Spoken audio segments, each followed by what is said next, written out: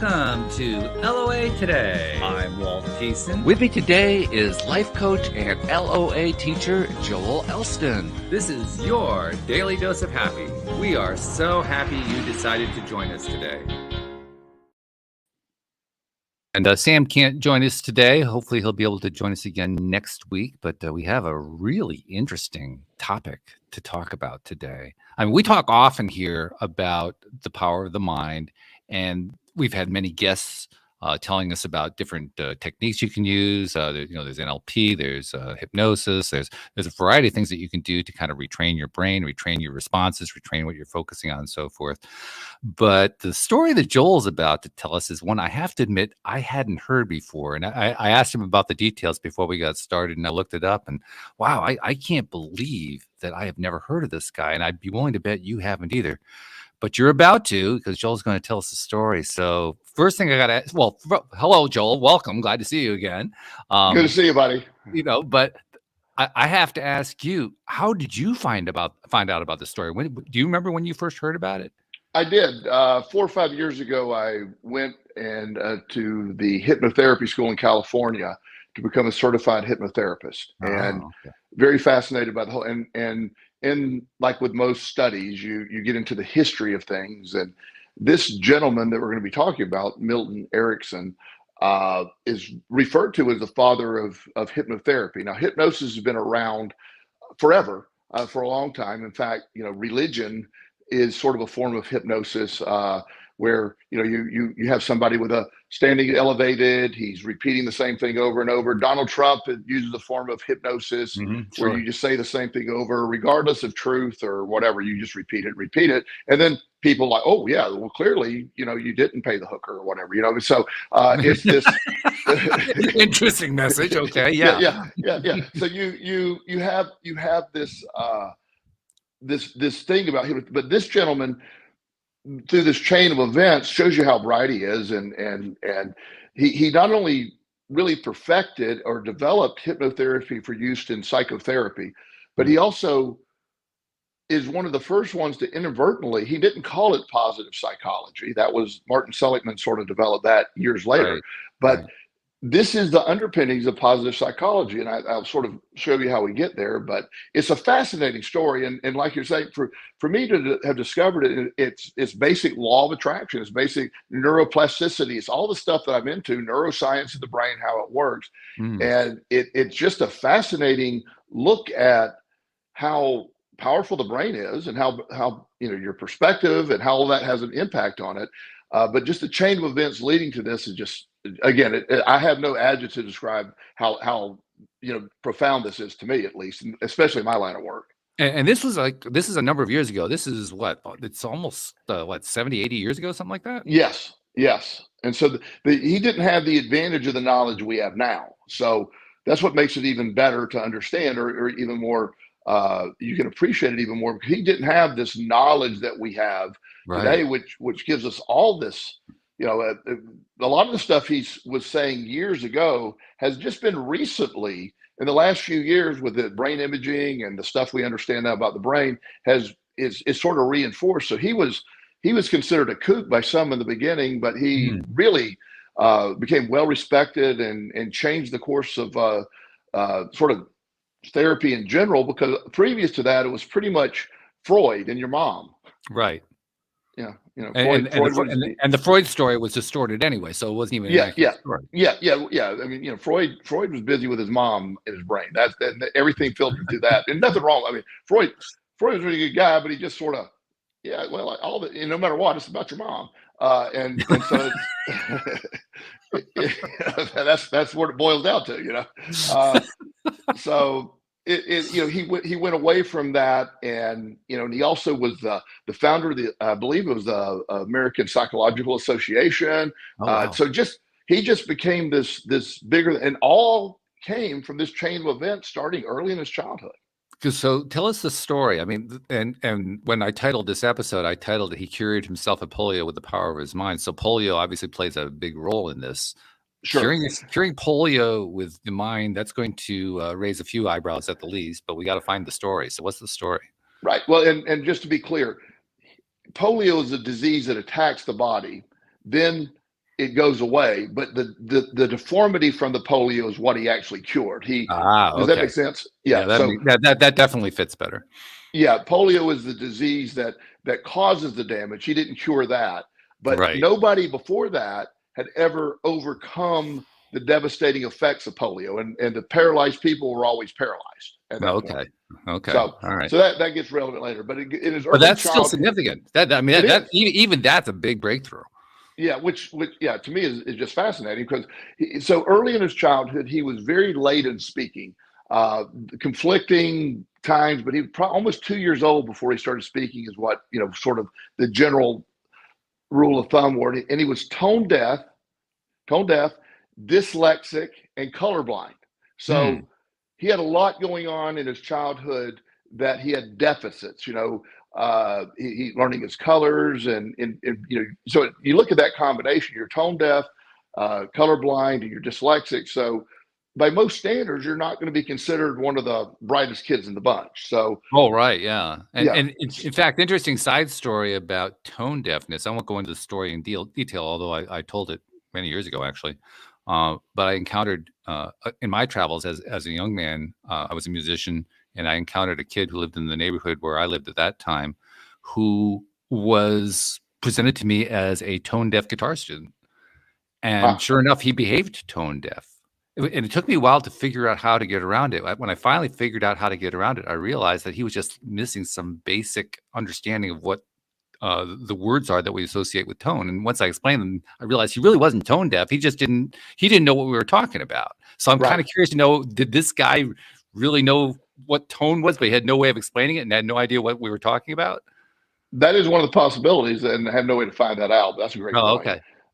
But I've done some, as you can imagine, I've done some deep dive on research. I've read about 15 different versions of his story, and I've sort of cultivated the center. There's some that but so again, struggling through school, never the top of his class, but his mom was very helpful in helping him learn, and really promoted it normalcy. And again, we're going way back in time. They didn't have the systems in place for people who were lagging or have disabilities. So mom really made up a lot of that. So things were going okay. He was doing pretty good. He was sort of a frail kid, and then around 16 or 17 years of age, he contracted polio, and it devastated him. It almost killed him. It paralyzed him, from, again, I don't have all the details. The issue the word paralyzed, but he was so paralyzed he could no longer talk. He was unable to speak, and he just would sit on the couch, and his mom would bring him food. Well, it just really a sad future of an existence. But his brain was good. His brain was fine. But it was hard for him to communicate. So, but his mom would talk to him as things are, hey, keep him up to date. There's not a lot of mention of his dad in this, so I don't know. I'm sure the dad was supportive if he was around, but so when he was around 17, around 16, his mom had a late in life child. So he's 16, 17, all of a sudden a baby comes along, his little sister. Right. So his little sister's there, and she's plopped down on the floor in front of him over the first few months of her life, and he's just watching her in her development. She can't even keep her head up.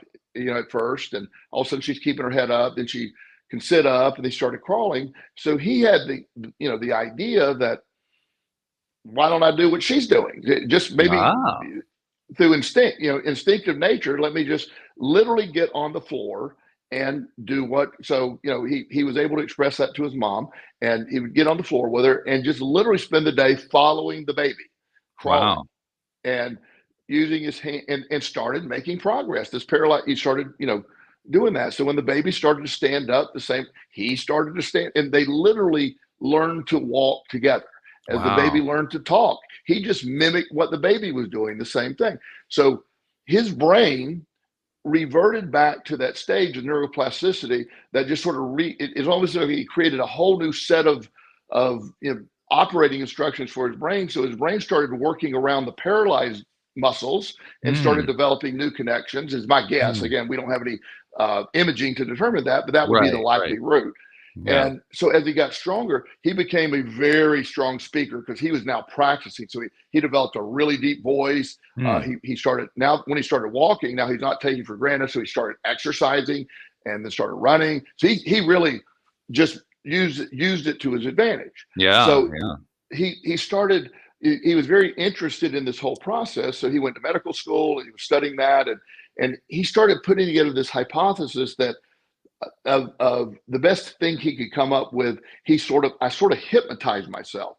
And he studied hypnosis, but he started applying to the therapy side. And so he started using it on his patients, getting them relaxed, getting them in the right mindset, getting them in a certain the brainwave state where the subconscious can be suggested. And he really perfected that, started having incredible success. And over the years, he helped many people quit smoking, quit a lot of obsessive habits, and really just help deal with trauma by getting to that subconscious root of all that stuff. And it went from sort of being this weird dude that did hypnosis to literally called in his lifetime the father of hypnosis, and trained thousands of people underneath him. And there's some really famous psychiatrists that learned right under directly that eventually used hypnotherapy in their practice.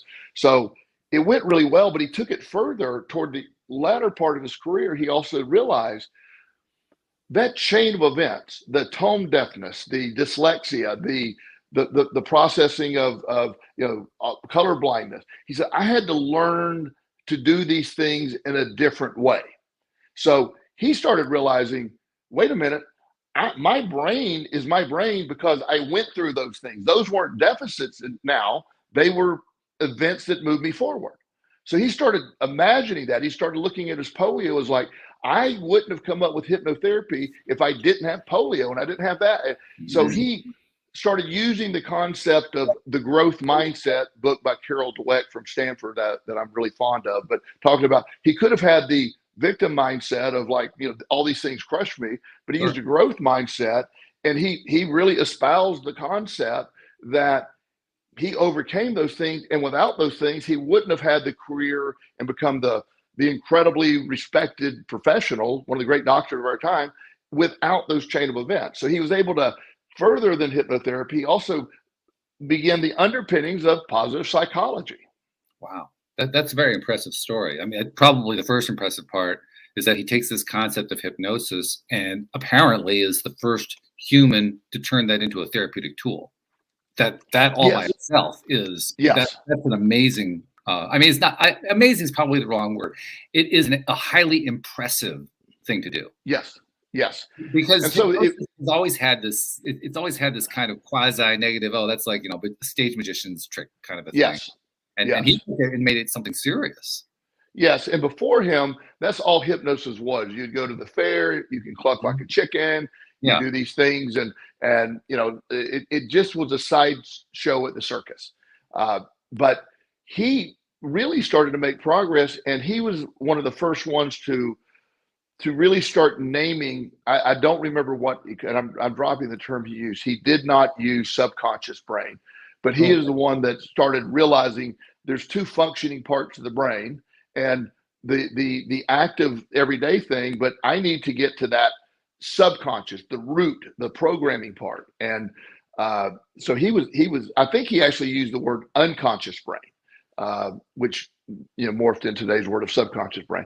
So it was just fascinating for him to see that. But the chain of events, this is sort of that law of action concept that I'm talking about, that sitting on the couch watching his little sister start to move, he's like, I'm not going to sit here and watch my sister learn to walk while I'm just hanging out on the couch all day. I'm going to do this. So what better way to learn how to walk but than an expert that's programmed, that's literally programmed to walk? That the first thing that the brain does is start saying, okay, when you come out of the womb, it's like, okay, I got to start breathing on my own, got to start digesting on my own, blood's pumping on my own.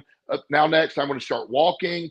It's like everything's pre-programmed that first year. So a side of him said, wow, everything I need to learn to do is pre-programmed in my sister. So let's do what she's doing. Interesting that he expresses it that way, if that is indeed how he expressed it, because of course another way to express the same thing is he could have been thinking about it as, I'm going to remember what I used to know. but Yes. apparently it's more along the lines of I'm going to relearn it, which is interesting. Right. Well, and it's a big distinction because the part that he knew was destroyed in the process of polio killing it. Mm. So if you get stuck on relearning what you knew, that probably doesn't work the same way. I got to start from square one. I got to reprogram the new areas. The old areas are dead. Yeah. So, so if I'm trying to spend all day relearning what I knew, then I'm probably not going to be successful. Now, I'm that's my theory. But well, yeah, I get that. But I guess my point is, it's impressive that he went that route because sure. I don't know that they really had a whole lot of information at that point about what polio does. Right. So I'm not 100% sure that he knew that the neural passages were damaged. All he knew was that he was an adult. Yeah. This is very instinctive, or the universe is providing, or whatever is going on here. But there's certainly a component at play here that I can't explain, because the leaps that he jumped to, it literally has been the last 7 years that we can verify what he somehow figured out. I think in today's language, we would describe that as he was in touch with his inner being. He was highly intuitive. Yes, and being able to be in contact with that and have some communication with that, and that's impressive. But how it's relevant to today. So when you to me, one of the things that it motivates me to do is, if this guy can do this, then if I need to change something, I can. I don't have anything to overcome like that. So using tools to if we have habits or we need to break, to me, my thinking is sometimes the stuff that gets me in trouble over the years. So learning to, we were talking pre-show about some thinking, and really a crazy topic to start the show with. But I have to, those are areas that I still have to deal with. So I have to, I can use techniques to stop overthinking or anxiety, or those things that the last remnants of what was left over my addiction part of my life and the early part of my life. I can use these tools to quickly mitigate those, and I no longer deal with any of that stuff. I want to ask you, because you took the course in hypnosis, hypnotherapy. I'm not sure exactly what the name of the course is. I'm a certified hypnotherapist. Yes, never use it, but I am. Okay. All right. You never use it though. Well, it sounds like you've actually thought about, well, maybe I should start working it on myself.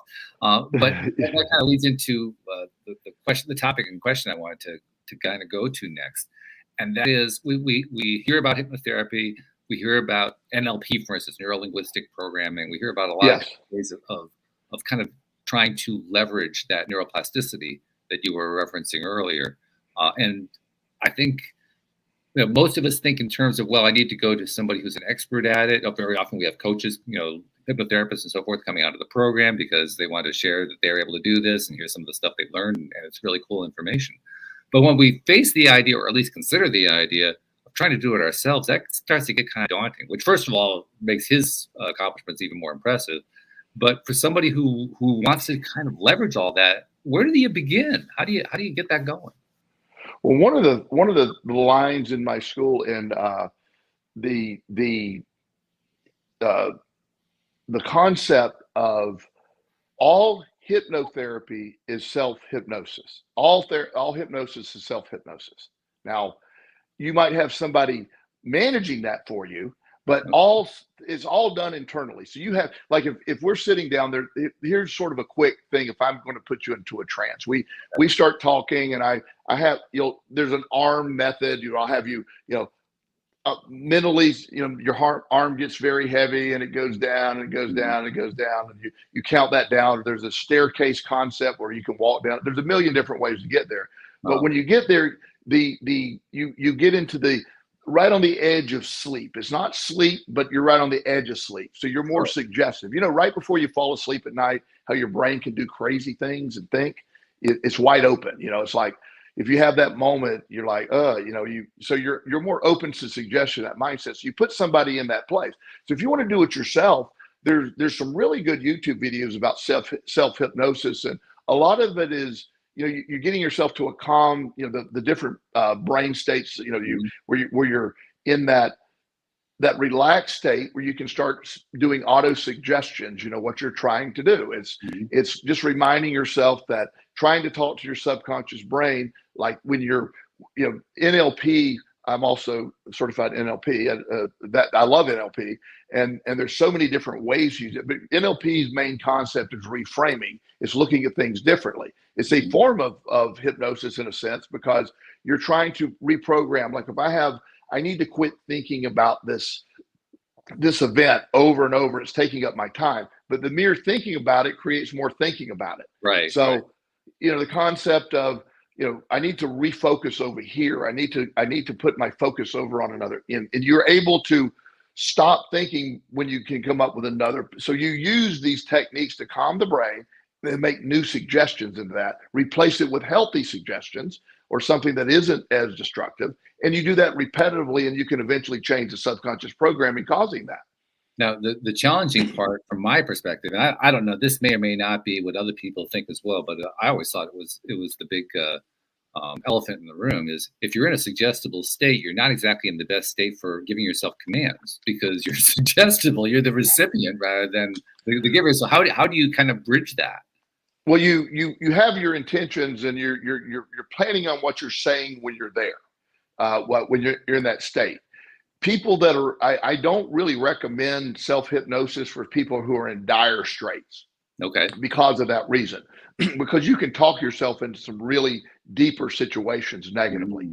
So self-hypnosis, to me, hypnosis is fine when you have somebody who can control, you can control where we're going. Okay. When you have a certified hypnotherapist who you can go to deep things, but you don't want to go there too much by yourself. I want to quit smoking is a pretty easy self-hypnosis tool. You know what I mean? Okay. And you could do that. I have to deal with childhood trauma is not a good one. You know what I mean? It's a vicious, brutal childhood trauma is not something I want to do lightly by myself in my brain, try to, handle that. You could use a hypnotherapist who could walk you through that, which would be fine. So I agree with you. You don't want to be in too suggestible a state when you're in, especially in a depressive or an anxious mindset, because you actually are programming anxiety and more depression. Yeah. Now, how about since you were talking about preparing in advance before you get yourself into that state, so you know what you're going to do once you get there? How about the use of affirmations? Does that make sense to you? Affirmations is actually a form of self-hypnosis. It's okay. where you'll state what you want to say, what you want to be, and you want to program into your subconscious brain. The more suggestible you are, the more the affirmations have power. When you say it, again, we talked about religion or politicians. That is a technique that is. We see how effective it is. You say the same thing over and over again. You go to a Catholic church. Yeah. I'm sorry. You go to a church. I'm not going to do the Catholic stuff tonight. I promise. Well, there's all kinds of religions. It's not just one. So I think you're exactly. I wasn't. I won't do my normal Catholic rant. I'm just going to do religion. And they, the service is very predictive. So. You automatically, when it's time to stand up and say whatever, they're pre-programmed. They know what to say when to say it. So religion does it over and over and over, and you have these prayers that you say over and over and over, and they're memorized. Yeah, and so that is an affirmation. That's a way of pre-programming the brain or programming the brain, and it's very effective. So the affirmations work really well too, where you're in, I'm confident, I'm competent, I'm whatever you're dealing with. If you say it enough times and you really say it and you really mean it, the brain accepts that as fact. And it's interesting to experience how that happens. The kind of the reason I'm bringing all this up is that for the last year or so, I have been experimenting with taking advantage of our technology, because we have this wonderful technology. We can record stuff and so forth. So I'll make up I guess you could call it a list of affirmations. I think of it more like here's a series of messages I want to kind of instill in myself as a belief system. And then I will read my list very slowly into a recording, and then I'll mix it with some very light, gentle music that I like, and put the two together, and then I'll play that back for myself each time I'm getting ready to go to sleep at night, on the theory that if I'm getting ready to go to sleep, well, somewhere in there I'm falling into the hypnotic state, so it's probably the right time to hear it. and then I just play the thing each night. And as I mentioned a moment ago, it seems to be a kind of a transitional process that you notice over time. Like I noticed by doing that whatever the topic is that I'm focused on with that affirmation list, if you will, I find myself becoming more and more confident about that topic. Doesn't matter what the topic is. It's like absolutely. It's not like I could say a whole bunch of stuff changed in my life, but my feeling about stuff changed. Your perspective of it changed. My perspective changed. Yeah. Yeah. And in the long run, as my perspective changed, then I start to see other stuff happening as well. But right, and that's where we get the bridge into the law of attraction on some level too. Now that you're saying that, believing it, now the law of attraction is in play, attracting those new things you believe. And the work I do, I often speak of the work I do with kids that have been in foster care, and it's one of my passions, and that's basic. That is where I use a form of hypnotherapy. I don't put them in a trance. That could be dangerous for them. But what I do is I will do affirmations, and I'll point out, look what you survived. You're brilliant. Who can do that? Look where you're at. And I'll say that so much. You're look how you can't be. You can't be stupid. Like you keep telling me you're stupid. Look at what you've done. And I say it so much, they start to believe it. Yeah. Then they start to live it. Mm-hmm. We talked about Steve. Is it Marcus we use? Marcus, yes. Yes.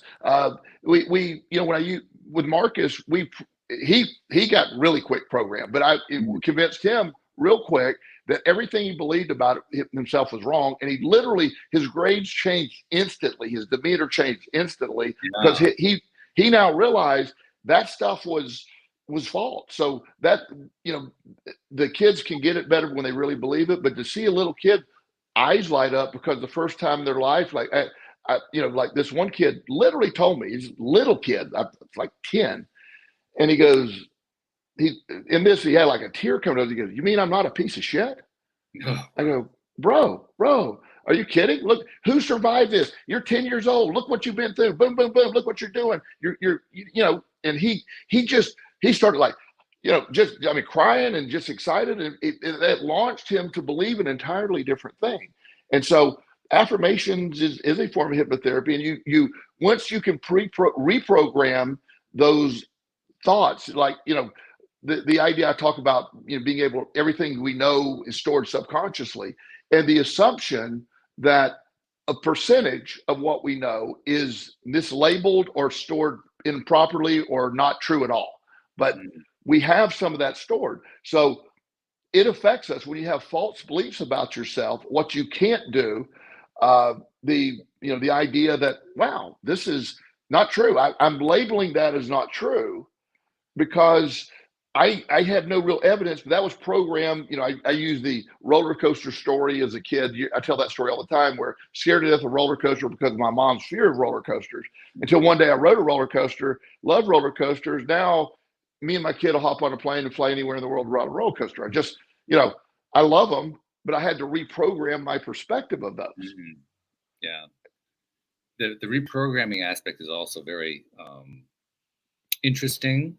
And also a little intimidating, because I think most of us, not so much now perhaps, there's been a lot of attention given to neuroplasticity in various conversations, in the media and so on and so forth, social media, over the last, I'll say, 5 to 10 years. But as recently as, say, the turn of the millennium, we go back that far, I think it's fair to say that most people thought that the brain is what we might call neurofixed. It doesn't actually change. Doesn't actually shift. It doesn't, and that probably comes from the feeling that, well, it's so hard for me to change my old patterns. I've got these tapes playing and I can't change those tapes, and it just seems impossible.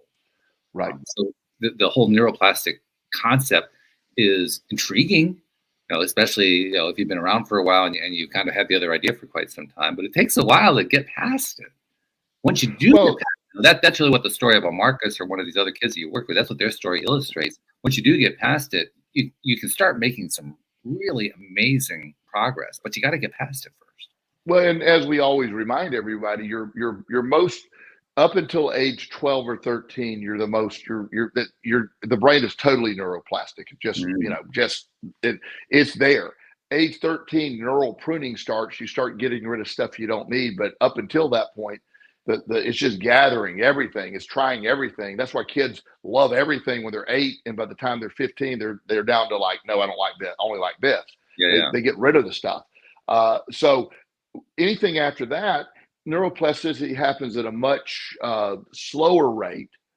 There's ways to increase it. There's people who can maximize neuroplasticity, but it works into people. And as long as you're functioning, your brain, there's neuroplasticity in the brain. It's just a harder bar to get, and maybe an entirely different show. So this is my new area of deep dives, but there's the use of psilocybin, the active ingredient in magic mushroom, drastically increases neuroplasticity back to childhood a bit. So there's huge studies taking place at Johns Hopkins and other major universities right now espousing the potential use. I'm not advocating for this because there's still a lot of research to be done, but this is a drastic, if this goes through like it's looking, this can change the way we deal with mental health forever. Instead of treating mental illness the way we treat it, we will be able to cure mental illness with 1 or 2 rounds of this treatment. And it's very exciting. And it's based on increasing neuroplasticity back to childhood abilities. Yeah, we've actually talked about this topic here on the show a number of times. I remember one time when Debbie G, who was my co-host with Neo on the Friday show, there was at least a couple episodes where she talked about psilocybin and tremendous, not just personal experiences, but things that she had seen with people that she knew who had ridiculously crazy improvements of various kinds of conditions and so forth through that. There's also a documentary that I believe it's on Netflix. Have you seen it called Change Your Mind? No, Fantastic. Change Your Mind. That was the one I had in mind. Oh, another good one. Change Your Mind's another one, and there's several, but both are great. Yeah, the Fantastic Fungi. Well, first of all, I love the Fantastic Fungi movie just because the computer generated graphics are intense. They're so well done, but also it has stories like that about people who were in all kinds of really rough medical situations and so forth. And the psilocybin actually helped to shift things in their minds in ways that they would never have expected. And in fact, it gives a pretty good history about how they kind of propose a theory that it made a huge difference in terms of the growth of Homo sapien, as opposed to the earlier. Oh yeah, that's an incredible chain of thinking, which there's a lot of validity, maybe some validity to it. It may have been the conduit that evolved the human brain to what the human brain became from Neanderthal man. It's just it's fascinating, and I'd be glad to have a show about this in depth one day, because you can imagine my deep dives concepts. But you go deep. We know that. Remember, those of us who've been around for a while listening to the show know how deep you go. Yeah, 5 years ago, I had a patient arrive at my office. Her parents had spent over $1 million trying to get help for her heroin addiction. She was injecting enough heroin. I'm a 230-pound man. If I took half the dose she took, I would be dead in about 8 seconds. She was alive. Yeah. She had developed such a tolerance. She was on a $600 a day habit. Wow. And she really wasn't even getting high. She was just maintaining at that.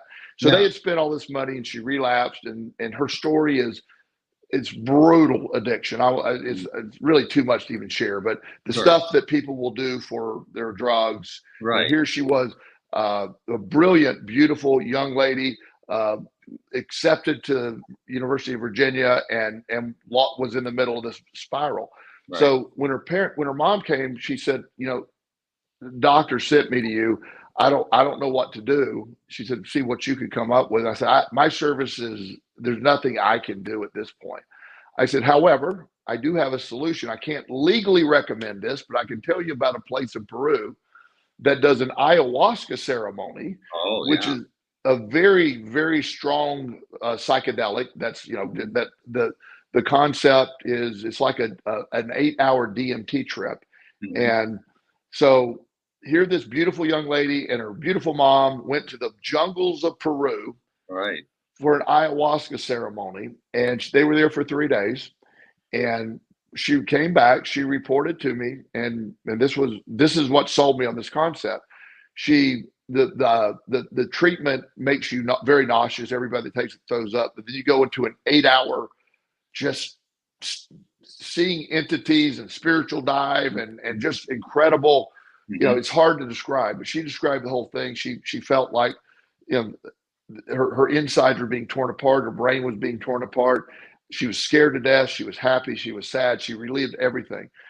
The next morning she woke up and her mom had brought some, some Boxone just to handle if you try to keep her out of withdrawals if the next day. And so she wakes up and she said, well, do you need your Suboxone? She goes, I don't think so. And her mom said, well, do you want to go smoke a cigarette before we go have breakfast? She goes, I don't want to do that either. And they went and had breakfast. She didn't smoke a cigarette or need her Suboxone. They came back to the United States. She had nothing that day. The next morning she wakes up and says, I have no cravings. I don't want to smoke a cigarette. I'm ready to get back to school. Wow. And that was, I don't know, several years, I'm lost on time. Yeah. She put it down. She never touched it again. She never started smoking again. She is graduate of school. She's a nurse. She is thriving, married with kids. Wow. All of this took place. And she, in her words, the ayahuasca cured my addiction, my anxiety, and my depression in a 12-hour period. Now, that's the word addiction and cure have never been used together. There's remission, there's recovery, but cure. She doesn't go to meetings. She takes no maintenance drugs, and she literally went off the highest dose of heroin I'd ever seen and walked away. Yeah, that's astonishing. Yeah, so that and I've had other cases, but that was the most drastic. And so with addiction, with trauma, and the ability, if you think about mental illness, or you think about a lot of these anxiety-driven things or traumatic type things, neuroplasticity, if you could get full-blown neuroplasticity to reprogram all that, that's how you cure it. That's how you fix it. And again, when I'm saying all this, Walt, I need to be really clear. This is still in the infancy study. There are people with certain mental illnesses that do not need to take psychedelics. Young people do not, under any circumstances with a developing brain, need to be doing mushrooms. It's not cool. But in a therapeutic setting, and as time goes on, I believe this is the future of mental health. I really do. Wow. That kind of stops you in your tracks when you hear that story. Yeah.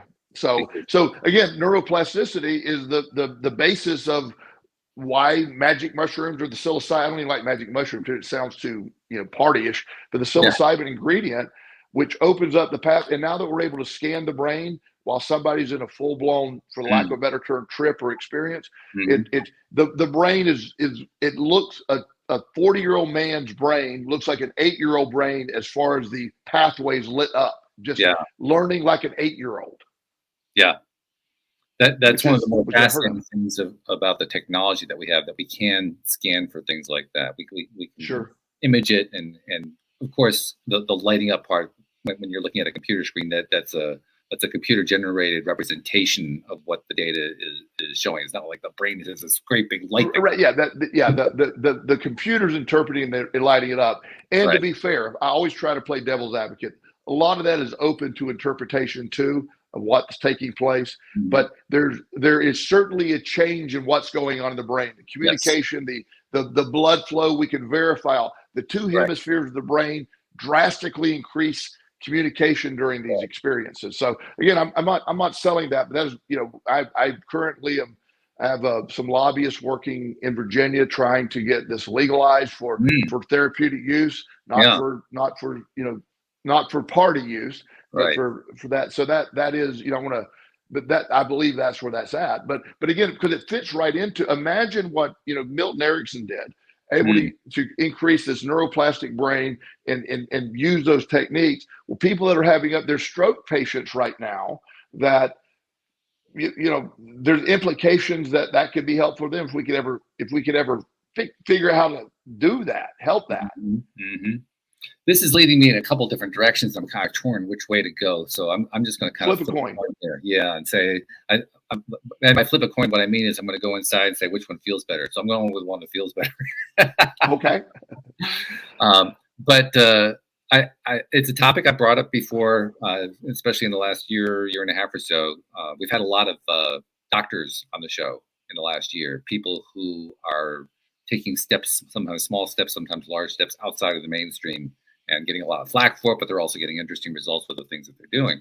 And one of the things I'd like to ask them about, because everybody talks about the double-blind placebo-controlled study, otherwise known as the gold standard of scientific testing. Sure. And the part that always got me, and it's only in the last year or two that I've really found a way to express it clearly, but it has bothered me since I first heard about it in high school biology, biology, chemistry, physics, any of those. It bothered me that we heard the story, and for those who don't know the story or don't remember it, it dates back to World War II.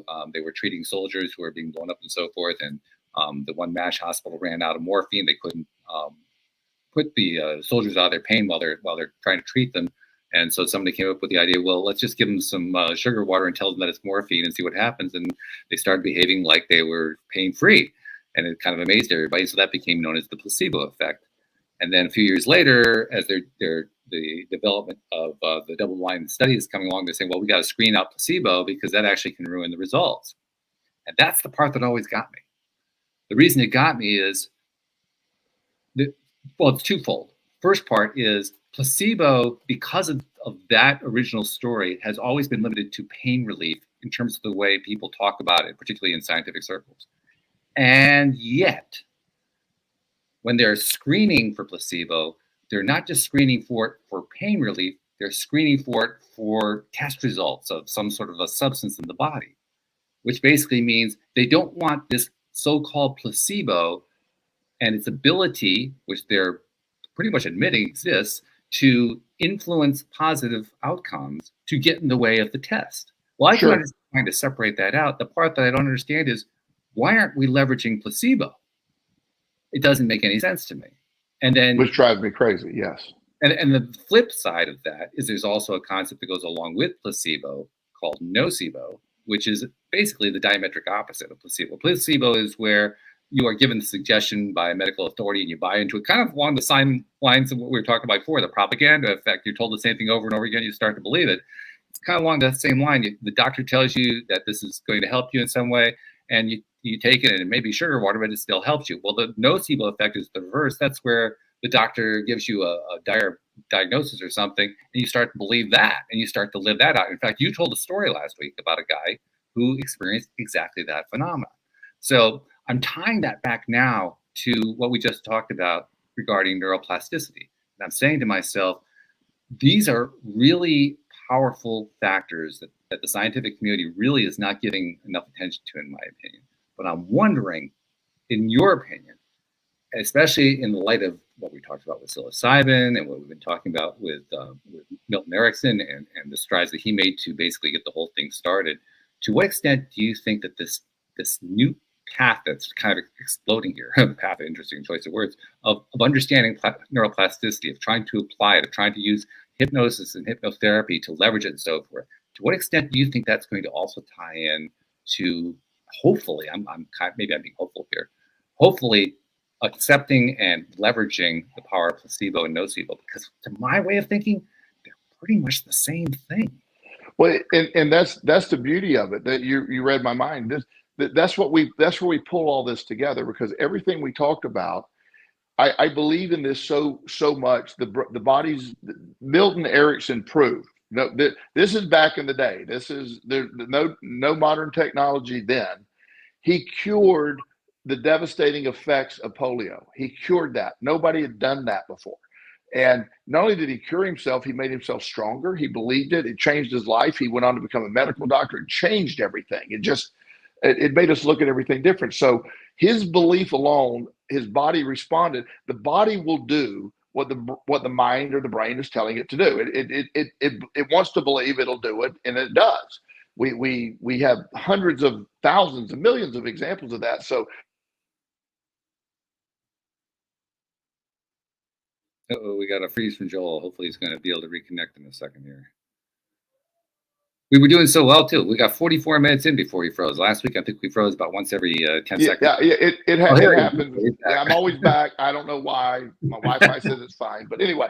So where I was at, the concept that we have a lot of examples of doing this. So the exciting piece to me is, what if we combine everything you're saying, like the placebo effect? When you tell somebody the surgery is going to take place. I had my gallbladder out many years ago, and the man in the bed next to me, not bed, he's in the room next to me, and we're talking. He's about my age, and my family's always had gallbladder stuff, so mine came out. So the 11 o'clock Friday morning, I had my gallbladder out, and you know me, I'm fine. I'm ready to roll. And the doctor's like, Joel, you can't leave today. You got to spend the night. And I said, what do I have to do to leave today? And he goes, if you can walk around the entire floor of the hospital, I'll let you home. I put on my shoes. I walked around the entire floor of the hospital. And he said, oh my God, just leave. And he said, if you start bleeding out, call an ambulance. And I did not take painkillers. I'm not saying this to be Mr. Heeman. I was convinced this was a simple surgery. I'm going to go do this. And I'm not saying it didn't hurt. Of course it hurt. My stomach got cut open, but it wasn't debilitating pain. I did take some Tylenol PM just to take the edge off, but I didn't take any opiates or anything along those lines. Right. Well, 3 days later, I left my charger there. So 3 days later on Monday, I went back. I wasn't supposed to be driving, by the way, but I never quit driving at the time. So stop anything like that. No, stop you. Yeah. So I went to pick up my charger, and the guy that had the surgery that was in the room beside me was still there. Mm. And he goes, oh my God. He said, what are you doing? And he said, this was the worst thing I've ever been through. And oh my, this is so painful. And I go, oh, I'm okay. I'm sorry. I hope you feel better. I mean, but it was his belief system. I used wow, this is going to be easy. And it really was. My body responded as I expected to respond. Mm. Those ideas, our brain does it. So when you take that further, then imagine being able to, people that one of the things they're doing with psilocybin is people that are terminally ill or really old people that are facing death. And they allow them to have these experiences, and they report 90% of them report the fear of death goes away. Whatever happens, they live a much fuller life. It doesn't cure those things. It doesn't cure death. I'm not claiming that, but they have a much fuller life for whatever time they have.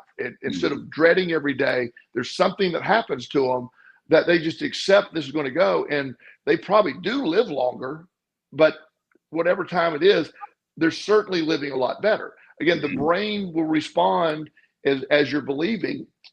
So you combine the neuroplasticity with the placebo effect or the nocebo effect, suggestion, you're going to be fine. You're going to be fine. In fact, I'm expecting this full recovery. The doctors, I always got furious at the doctors that would tell people, well, there's a 90% chance you won't survive. Yeah. It's like, okay, so you picked a random ass number and you're telling, so now the guy's responding as that's true. But, and I'm not saying you have to, it's just like, look, I want examples of the 10% that did live. Let's talk about those guys. We talked about that last week about COVID. Right. 800 people died today from COVID. Well, 300,000 people have recovered from it. Let's also talk about that. But we need to put our emphasis on that stuff, and the body and the brain respond so much better. And this is what is exciting, that all of these things, whether it's neuroplasticity or hypnotherapy, all this believe it or not, it's coming from a bunch of different directions, but we end up at the same place. Yeah. And the combination, and one thing I am willing to do, if you ever want to do this, under a therapist's care in a state that it was legal, I've never discussed this publicly, I have had a psilocybin experience. You have? Oh, and okay. Yeah. And one day we should talk about that. It was probably the most profound thing that ever happened. No, I definitely let's make that next show. Actually, that sounds really good. Let's do it. Yeah. And again, I did it with a therapist present. Right. Somebody trained in that, and it's a state that it was illegal to do it in. So I did nothing wrong illegally, but, I just had to see what it was about. And with my trauma of losing my son TJ and some of the stuff I've been through, I didn't know how I'd respond to it, but it was magical. And it was something that under the right circumstance, again, when it's legal or I'm in a state that's legal, I will certainly do it again. And I'm a man that I don't drink beer. I don't smoke pot. I'm just, so to me, I just think it's one of the most therapeutic things a person can do if it's right for you. And it's that right scenario, and you're not suffering for any other mental illness, and the professionals there, something to consider when it's legal. But I having done that is when that sort of gave me that final answer of, wow, my perspective for 3 weeks after that, it's hard to measure. I got a really good perspective every day. I'm always positive, but things were even more bright. It's a little brighter, what I mean? It's like, it's like, if anything, I'm like, okay, you need to slow this down, bro. You don't have a lot more bandwidth. By your own amazement. Yeah. It's like, it didn't amplify my ADHD, but it just, my interest in things. It's like, so I just thought it was a great experience, and I want to. One day, I think this will be such a great tool, but not just with this. If when your brain is going, my theory is when you're in that, under the influence of psilocybin is affecting the brain, the positive suggestions, the difference between a good trip and a bad trip, as is the term they use, is your intentions. You always set your intentions we're going to have with these experiences. So, you're pre-programming what you're thinking about, because you're going to be interpreting a lot of stuff that's popping up in your brain. And if you're in a negative mindset, that's going to be a really horrifying experience. But if you're in a positive mindset, it's going to be magical, and you want to make it magical. And so, I literally I believe I talked to TJ when I was under, and it was a very good conversation. I just had joy when doing that. I had, and I'm not really a candidate that needed a lot of therapy, but it just some of my childhood traumatic stuff with my addiction and other stuff I saw. I came to total terms with that. I was presented that all that happened for you to be you today. Let it go. It was necessary to get you to you, and it has no more power in your life, and it has zero power left anymore. And so it's very exciting. But like you're saying, Walt, the whole thing across the board, all of these things go together. It's not just one thing, but I see it just, I always say that you can live life, you have to live it forward, but when you look back, it all makes sense. As we're looking back to the path, how all this stuff we've been talking about, law of attraction, me and you doing this for 10 years, coming up on it. And actually, my anniversary was 10 years ago last September. Wow, that's great. And so, we have that, and the stuff we're talking about right now was not remotely in our vocabulary back then. It's now it's all coming together. The law of attraction, the mindset, what you believe, and how so now we're seeing how it responds. Because when people used to go, well, you can't just want something to happen. Well, you got to, if you believe it, then you can. And so that's what I like, how all this is reinforcing what we have been talking about for so long. One thing that I want to ask you about before we run out of time, because as usual, we're running out of time. We do that a lot around here. But I mentioned earlier how I have created these affirmation recordings that I put to a very gentle music, and I use them in a semi-hypnotic state, going to sleep, as a way to kind of reprogram my brain. And it has helped. It is a good thing. One thing, though, that I'm still trying to find a good solution on, and I've actually had some interesting input from some of my co-hosts about things that they do. But I'm curious to know what your take is. I have found over the years that I have gotten better at staying focused where I want to stay focused, at staying more on the positive, optimistic side, and less focus on the negative side. I still end up getting drawn to the negative side, but I'm trying to reduce that and accentuate the other, and making some progress. But I'm wondering, I know that when I play my affirmation tapes, they help me a lot. It's like I'm really leveraging that period of time, but they're like 20 minutes long. We have 24 hours in the day, and it's not like I can just play the tapes all day. I've got things I need to do. So I'm just wondering if you can give us any ideas that you have about, what do you do to kind of make sure that you're you're doing whatever reprogramming you need to do throughout your day. Because especially in your line of work, you're running into stuff. I mean, you're encountering people who have been through horrific things and so forth, and you're having to deal with that while you're trying to help them out. So you've got to be doing some stuff to make sure you don't kind of go over that same cliff yourself. There's several techniques, but my favorite technique is when you're in the affirmation stage and you start to feel it. You know what I mean? There's this energy you start to feel, right? Like, wow, this feels powerful. So if you take, some people tap their wrist, some people squeeze their wrist, but during that feeling, you lock that in. You say, I want this feeling. I want that. And you condition have you heard of this before? That's the way I understand NLP works. You basically anchor your body. Yeah, you're anchoring the feeling, and then when you go back to squeeze, you can automatically get that feeling. You know, the brain can go back to that once you get something connected. You know, I have childhood memories of certain smells. We had a condo that we went to all the time and had a weird smell, and not good or bad. And if I smell that, I remember like I'm 12 years old. I'm there. It's programmed. So same thing here. When that's one of the best ways to do it.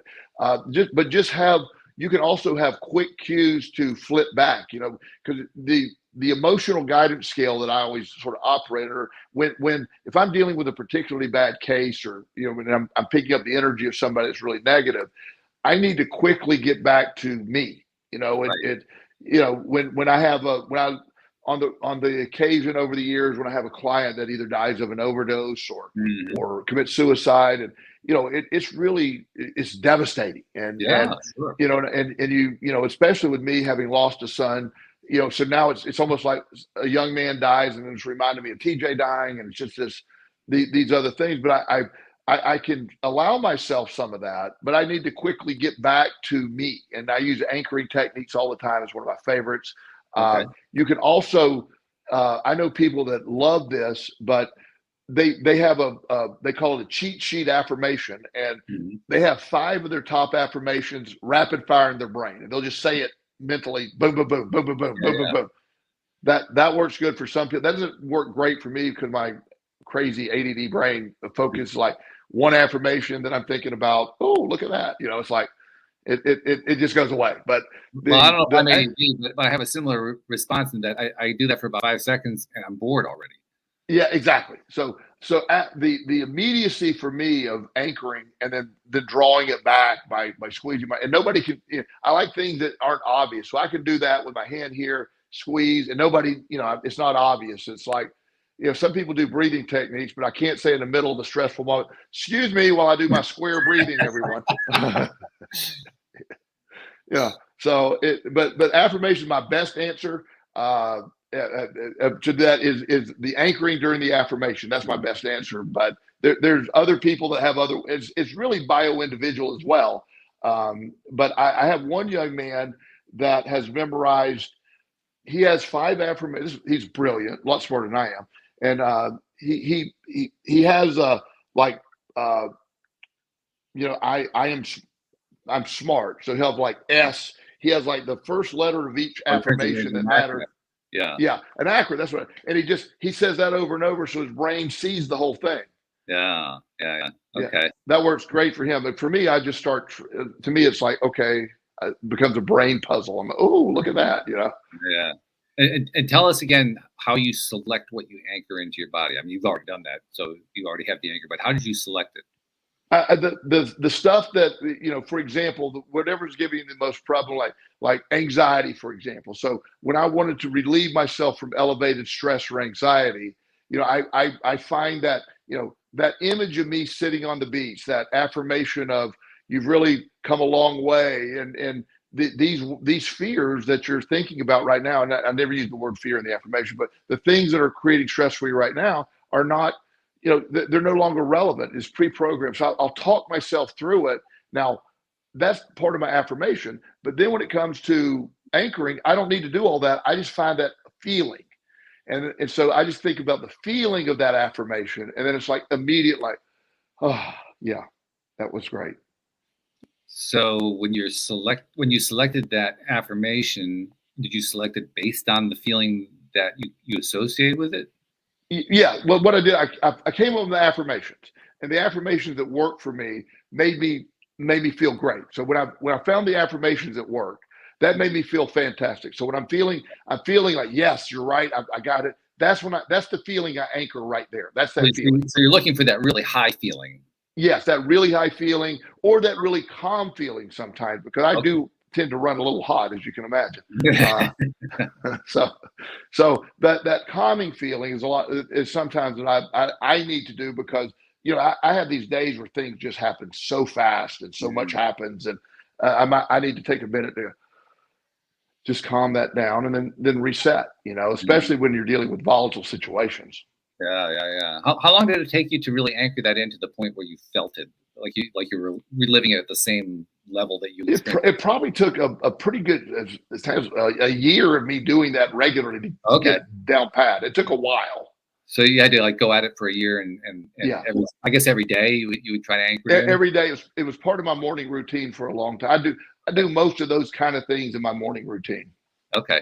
So that means every day that you're trying to anchor it in, you're looking for that day, getting into that high feeling state, and then anchor. Yes. And then the next day, you do the same thing, try to find another way to get to that high feeling state and anchor it. And some days, to be fair, the reason it took years, I couldn't get that feeling every day. So I don't anchor a feeling that's not there. So if I wasn't able to get it that day, I'll do it the next day. Okay. Yeah. You basically let yourself have a not so good day. Yes, and one of the other things that I use, as you know, I work out at a ridiculous pace.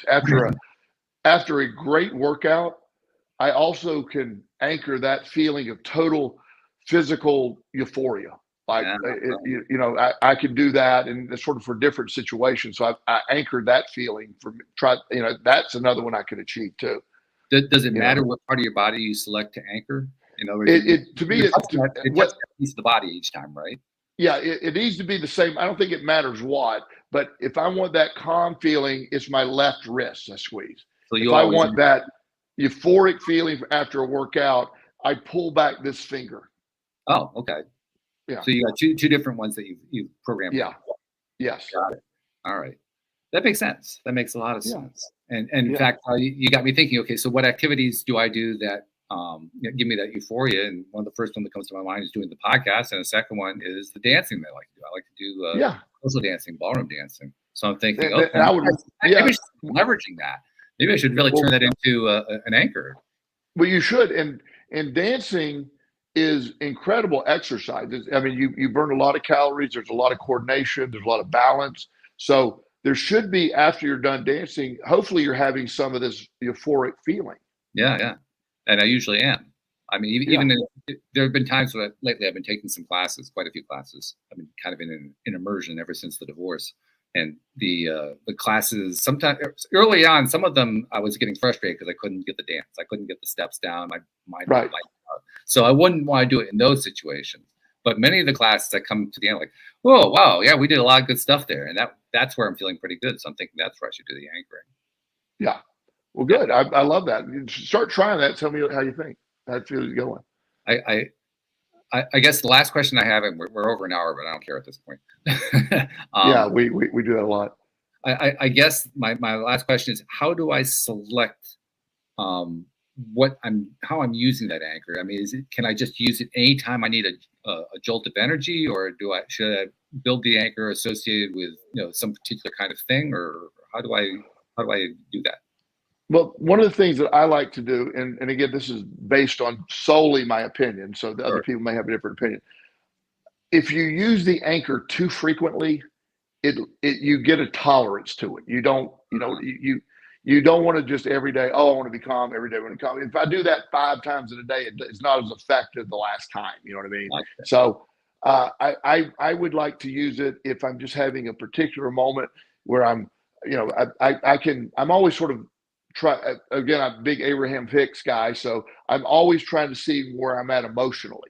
Right. And if I'm down on that emotional guidance scale, and I need to if I get down to 15 or below in my mind, I got to anchor that up a little bit. You know what I mean? That's one of my tools I use to do that. So I think you can use it however you choose to use it, but I think you should save it for moments you really need it.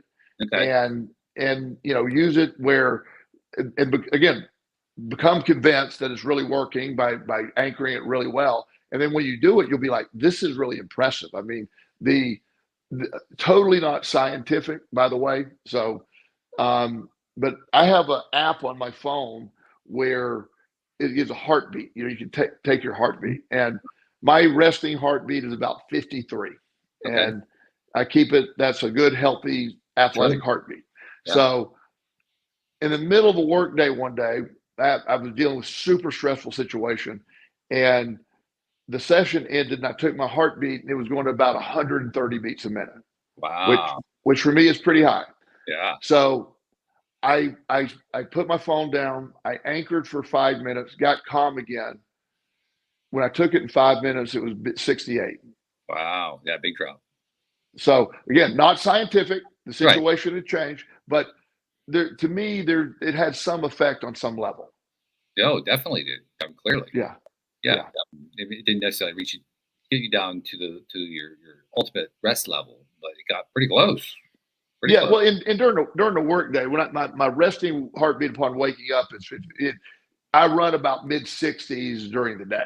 Okay, so that makes sense then. Yeah, it makes a lot of sense. Yeah, so I would say that was very successful. Yeah. Yes. Does it make sense? I got to ask 2 more questions. First, sure. Does it make sense after you built up an anchor point? Does it make sense to keep working on it? Does it continue to grow, or does it kind of like reach a threshold and doesn't grow beyond that point? I feel it once you get it, it's there. If you need to reinforce that anchor later, it doesn't hurt to reinforce it, maybe build it up, give it some power back. But you can also develop multiple anchors. You get really good at it. That was the other question. Yeah, I assume that's where you're going. So, but like I said, I have 2 that I use frequently. But I have my friend the psychiatrist that sort of taught me this. He runs about 5 anchors. Okay. Yeah. Because it occurs to me that if you have multiple anchors, that gives you more things you can fall back on during the day if you need to. Yes. Without having a loss in potency, so to speak. Yeah. And that's a good point. And I say this, my life is so incredible. You know what I mean? It's I have this life that you can tell. I tell you all the time, I love my life. I love my job. So I seldom need to anchor is just trying to get within the moment. You know what I mean? But if you have more stuff going on, recent divorce, or, after TJ died, I sure could have used a lot more anchors than I had. I didn't have that knowledge back then, Right. So if you go through a lot, multiple anchors is probably a very wise idea, because using Abraham Hicks's theory as well, you can't jump from a 20, which is really low, to a 7. So you got to just go up the emotional. So maybe a theory, and I'll research this more. This might be a good idea. We're brainstorming. Yeah. If you have sort of elevating anchors, one to get you sort of up a few, and then I like that idea. I might have to, I got a new thing to look into now. Well, like when you mentioned Abraham Hicks, they recommend walking up the emotional guidance scale. So if you're at anger, you aim for irritation. If you're at irritation, you aim for boredom. If you're at boredom, you aim for optimism, and so on and so forth. Well, this sounds like an alternative way to do the same thing. Yeah, and if you had multiple anchors, maybe the most basic anchor to get you out of that worst spot, to and then another anchor and then another anchor. You say you had 3 or 4 anchors that get you all the way up there pretty quick. That'd be great. I didn't think about that until we started. Really interesting idea. Okay, something worth exploring and playing with. I'm definitely going to start playing with some NLP anchors and try to see what I can build in. Good. Yeah. Okay. Good. All right. Well, next week we're going to have to talk about the psilocybin. That's going to be an interesting conversation. But meanwhile, and give me one little disclaimer here. Just if I want to be talking about stuff, by no means am I recommending people need to do psilocybin. This is in most states it's illegal. If you're going to do it, it needs to be with somebody who's been trained to do this stuff in a state that is legal. That's very important. I need to make sure that's very clear. And young people are not intended for this. The brain is still developing. You cannot do this. Okay. All right. Good. And we'll make sure that we reemphasize that next week when we do the show. Yes. But thank you for telling us about Milton Erickson. Fascinating guy. Absolutely fascinating. Great story. Great guy. In fact, anybody look him up. There's some great stuff on just the internet. He has a deeper story, obviously, than we can cover this, but he did some fascinating stuff in his life. One of the great guys to sort of till today probably never heard of. I never heard of him until you told me about him yesterday. That was the first I'd heard about him. I never heard even the name before. And my God, what this guy accomplished without modern technology, without any of the support mechanisms, in the face of all kinds of criticism from people who thought he was a kook, and he managed to accomplish what he did anyway. Wow, that's impressive. That's more impressive than curing himself or overcoming the deformities of polio. I completely agree. I think that's just that. Me, resilience and don't give up. That's a whole chapter on just that alone. Yeah, really impressive. So, well, thank you again. That was really a wonderful show. This is reinforcing why I'm so glad to have you back on the show, and I'm really glad you're making it. I love doing it, my friend. Always exciting for me. Can't wait next week. Thank you to those. We had some people tuning in. Thank you to people who were tuning into the live stream, and thank you to our podcast listeners everywhere. We'll see you all next time here on LOA Today. Goodbye, everybody.